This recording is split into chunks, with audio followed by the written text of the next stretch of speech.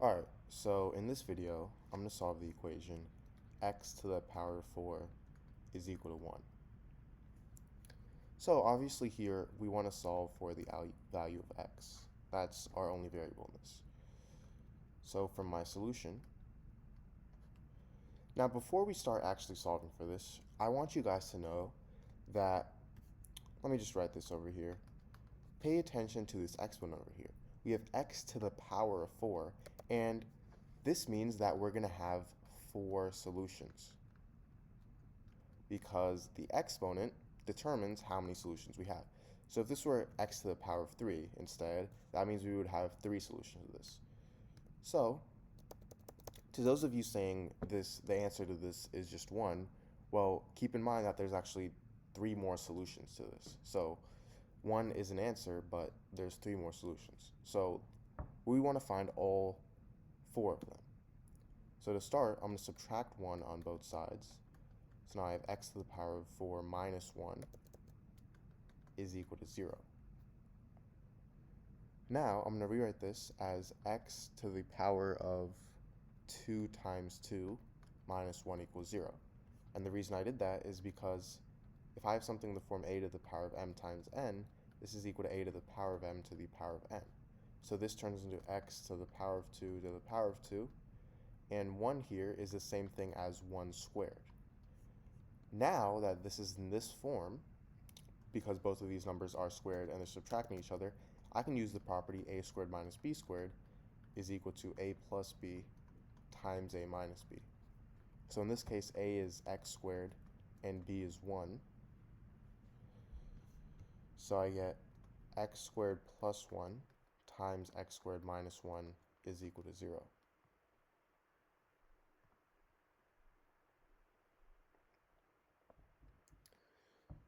From here,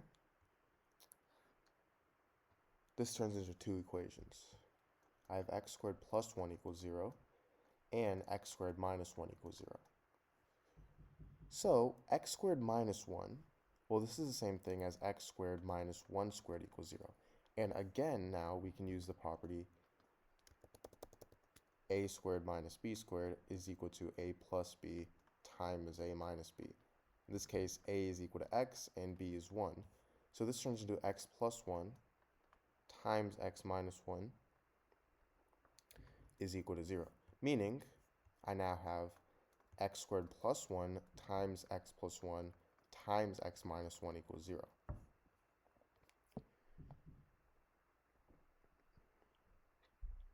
So this gives me 3 separate equations. I have x squared plus 1 equals 0, x plus 1 equals 0, and x minus 1 equals 0. So let's first start by solving the simpler equations. X plus 1 equals 0, all we have to do is subtract 1 on both sides. So I get x equals negative 1. For x minus 1, I just have to add 1, and I get x equals 1. So we already have 2 solutions. Now, for x squared plus 1 equals 0, let me solve that down here.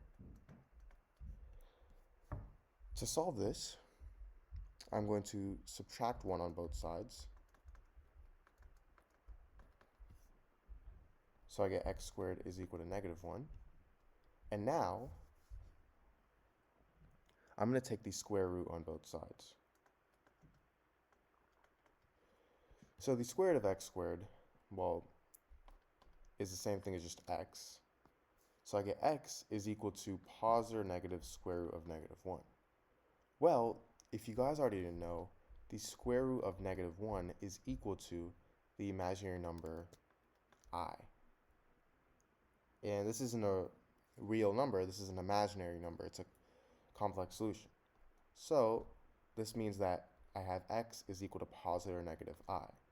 Meaning, my 4 solutions to this are x equals 1, x equals negative 1, x equals positive I,